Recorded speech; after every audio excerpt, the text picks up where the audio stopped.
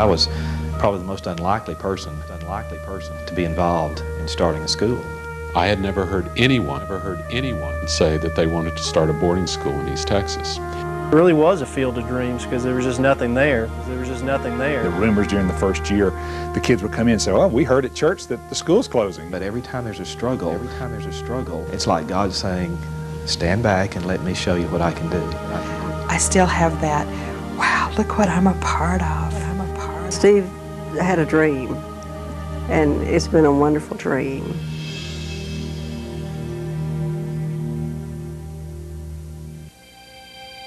In the fall of '89, I became involved with a Bible study group that had been organized to explore our talents, our abilities, how God might use us to accomplish His purposes. And going through that study was a real revelation in my life, because I understood at the time that what God was calling me to do very clearly was to be involved in private education in East Texas. A dream had become a vision, and it was his. He was serious about it, and he began to talk about how he was going to do this, how he was going to build it, how he was going to fund it. A good friend of mine is a local realtor, and I was telling him that we were looking for some land, preferably south of town, because that's the direction of growth. I told him we wanted a piece of property that had a hill on it, had a stream on it, and preferably a lake. And I kind of left it at that. A few weeks later, he calls and said, "You need to meet me in Bullard, and I want to show you the land." And I came down here with him, and we walked over every inch of it. So this is it. Well, the difficulty is starting from scratch. You don't have a school which you're starting in next door to the church or next door to another facility or in a small classroom setting. From the onset, it was going to be, we're going to open the doors and this is going to be the facility we're going to use.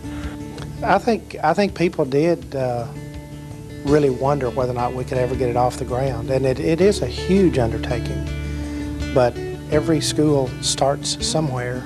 And I thought, well, here's this one starting out here with Steve and a few other people that really, they're not the movers and shakers in town, they're really not outside of their circle, not even known by anybody.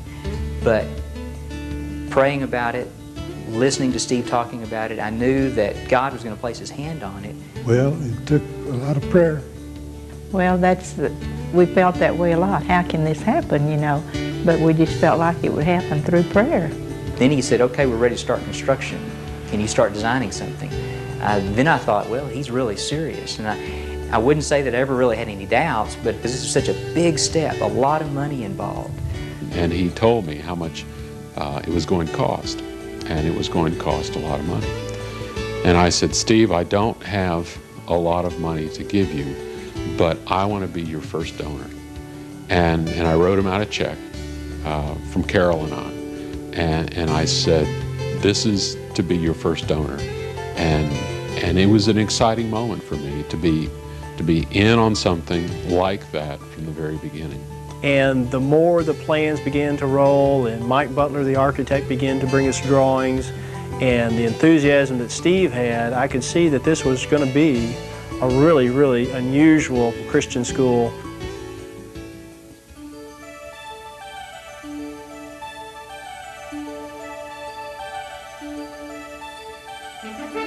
Sports camp came about one evening in my living room when Jody Lake and I were brainstorming about how we could get Brook Hill going. We felt like that was the direction that would allow us to introduce Brook Hill to the community. We started out with just the clear, open field out there, and ended up putting the cabin out there. It's so exciting to look back and think about it, because we actually were out there every day. We laid the stones leading up to the cabin and helped put the soccer fields down. And about a month before we were to open, after all the publicity had gone out, the money had been spent on the facilities, everything was in place, our coaches were lined up, we get a letter from the Texas Department of Health saying, you've got to have a license. We had no earthly idea that you had to do any of that, and it takes months, 6 to 8 months to almost a year to get all that worked out. And we had kids signed up, and we were frantic, because we didn't know what we were going to do. And we just kind of sat down and filled it out and sent it in, and God just literally worked that out, that we were approved. I'll never forget standing at the end of the drive there by the log cabin and seeing the first bus of kids coming who had been picked up at the mall there in Tyler, our first sports camp participants, and seeing an actual staff of coaches and students here. We had a lot of kids that came back that would just sign up for a week, and once they were there would come back, which was exciting because that really lets you know that the parents and the kids really thought it was something that was good, and it was a good use of their money and of their time, and they felt like they were really benefiting from it.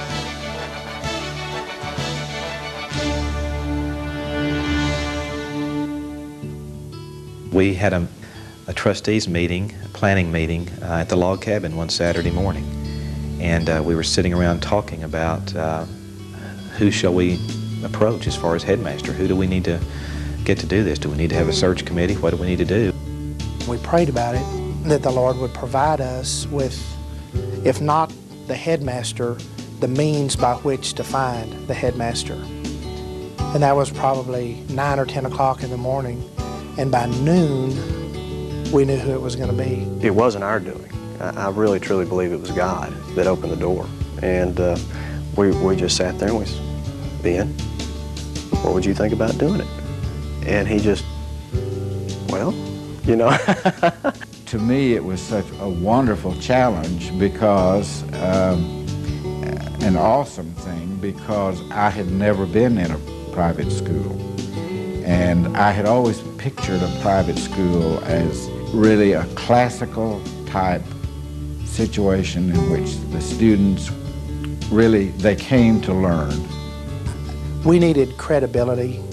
We needed experience. We needed someone who was a committed Christian, and that was Ben Lauderdale. It was the perfect person, in my opinion, to be the initial headmaster of the school. When the funds were needed to go a step further and start construction, Lou and Joseph Ornelas stepped up and believed in the dream and the vision, and their heart for young people showed itself, and they were able to provide the funds to build Ornelas Hall and the Harrington Sports Center. Ben Lauderdale took me out and showed me around when there was nothing but just a little the log house out there. With talking with Steve, had learned of all of Steve's dreams. I thought it would be the greatest idea for East Texas, a beautiful private school that talked about the Lord. I want to welcome you to the groundbreaking ceremony for Ornelas Hall, the middle school academic building, and our gymnasium. Today is truly a testimony to God's vision, His grace, and His provision.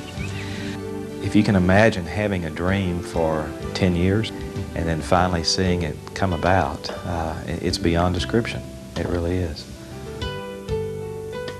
Just to be able to see the support from the community, from the church, from family and friends coming out there, and hearing Dr. Reynolds from Baylor to speak about education and the importance of it, but the importance of Christian education itself, and being able to take that shovel and turn the ground over was just, it was incredible. It's something that I'll never forget. The Brook Hill School project has been the focus of prayer for many years. I want to take just a brief moment and recognize Wayne and Ruth DeMint, the employees of Landmark Title, and the high school boys accountability groups from First Baptist Church.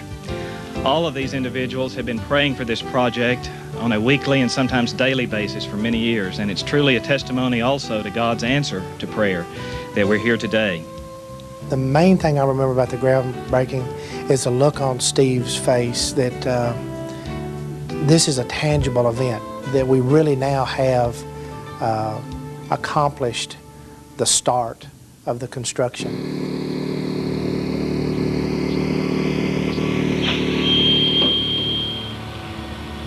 I'll never forget the morning they poured the slab. It was a foggy morning, and they started before dawn. It was, I guess, about 5:30, and they brought huge floodlights out. About the time that sun broke through, the fog broke on the hillside back here and on pasture with horses, and it was just everything. It was just perfect. You know, sometimes you just get those feelings that, wow, God's beautiful world, and all was right with the world. They're pouring the slab, we're getting going, and it was an incredibly exciting morning. It's amazing how much groundwork has to be done just to build a building. So there was such a strong parallel in what we were doing to get groundwork for a curriculum and how much time that was taking to build what we thought would be appropriate, and to watch them do the same thing with a building.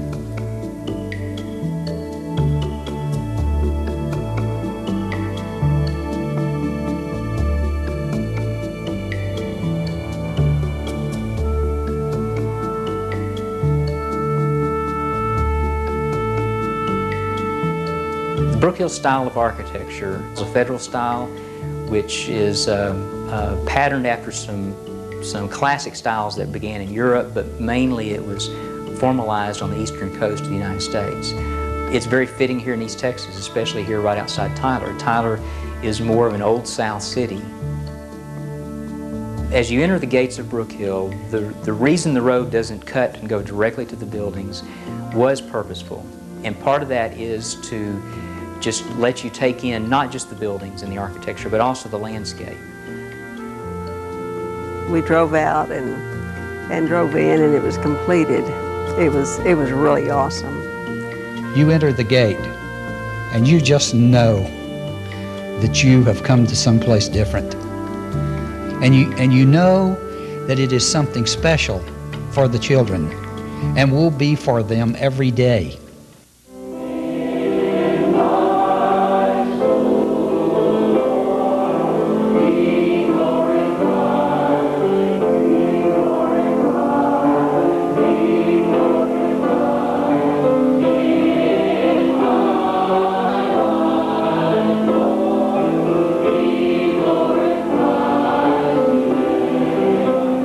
First day of school, I remember Ben and I got here very early. It was an unbelievably exciting time. You know, I woke up that morning with, this is it, it's real, it's happened, all these hours, all this work, and now what we envisioned and what we dreamed of, and the purpose of our school was happening. We had students.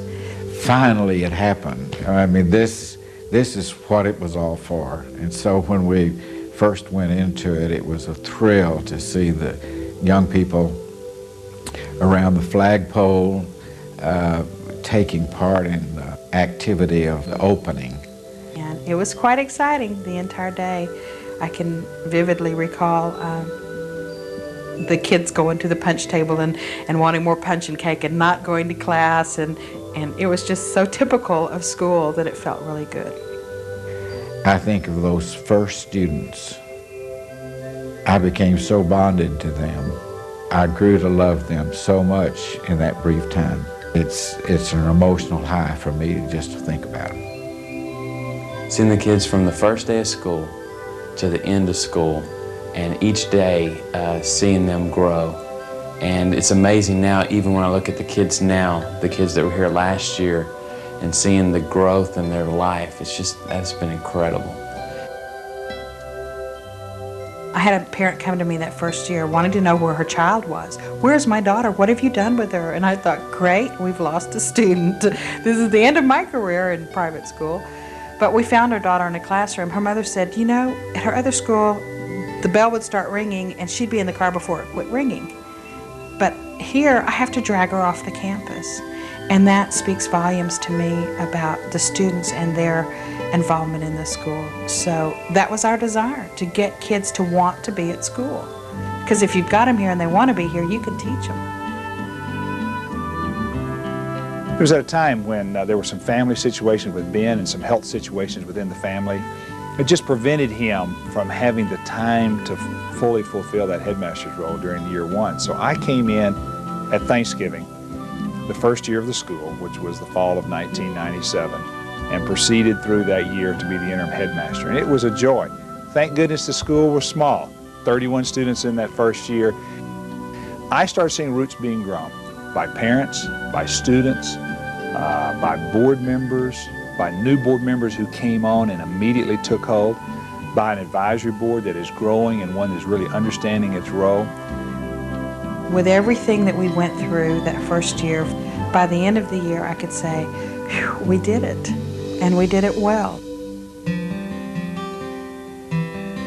The future of Brook Hill, I think, is in really good hands in the person of Rob Armstrong. I was serving as interim. We were serving as the search committee at the same time. That worked wonderfully well. Rob was one of the early ones that we knew fit very well. I think the things that really attracted me to the school was, one, the commitment to education, the commitment to the youth, young people, the students out here in East Texas. A desire to not only touch these students, but to go broader than that and reach a wider base of student enrollment from the communities and the outlying counties, as well as international. We're building a faculty unit that has a heart for the children and a heart for the Lord, and can transport those and mix those together. There's a real focus on the student. It's a very personal relationship. I know every kid in the school. The class sizes are smaller, and because of that, you can spend more time with the student individually. The teachers are willing to work with you, and if you have a problem, they'll take time to sit down and talk it through with you. I just like it because of the sports and the challenge of the teachers. There's a standard of excellence for all the kids. We don't water down what they have to do. We have a tremendous focus on academic excellence, but we can do that in a Christian environment. It's a good cross-like atmosphere, and you're on a higher education level than other public schools and private schools. There's just an atmosphere here that everyone is going to succeed. Just the environment here, friends, and it just feels like a family. I probably like the friendships, because I've never had such good friends.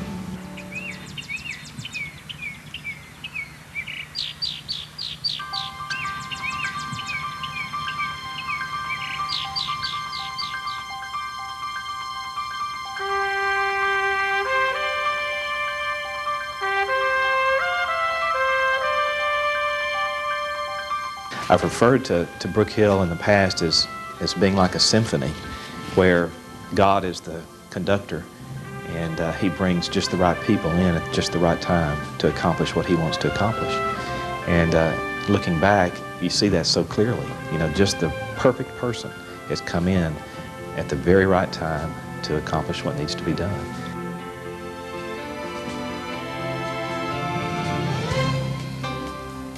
I think the thing that's so exciting about Brook Hill is that it gets to establish its own set of traditions and its own identity. I see us turning out leaders and witnesses for the Lord, and in every arena that God has gifted them in. Brook Hill has the mechanism in place and the focus and the vision for the future to build a campus that has kids on equal levels, all learning, all participating, all encouraging each other, building each other up. I envision our school having a boarding program where maybe even up to a fourth of our students are boarders. I would like for one of our residence halls to be dedicated to specifically for kids from areas of civil strife. I would like to bring in a Catholic and Protestant from Northern Ireland, kids from Bosnia, from inner cities, bring them into a safe environment and teach them that they can get along and live together. And then once they graduate from here, send them back into their homeland or their environment to try to encourage others. My prayer and my hope is that when a student graduates from the Brook Hill School, that they're unabashedly Christian in their faith. They know who God is, how He works in their life, who Christ is, and how to walk in a way that pleases Him. The country we have now needs people that are going to be ethical in everything they do and to live lives that people can look up to. And I see Brook Hill teaching those kids that. Steve genuinely cared about the kids. He cared about the students, but it was so much deeper than that. He cared about developing their minds. He cared about developing their bodies. He cared about developing their spirits. Steve had a dream, and it's been a wonderful dream. The hope is that we can continually revisit What was the initial dream? How did it get started? The value of God's working in individual lives and pulling people together to grow something beyond any one individual. And there's real value in that. There is great benefit to have the students remember where they've come from and keep in sight the vision that God has built in one individual that now extends beyond him and which appears to have a very bright future, one that's just beginning.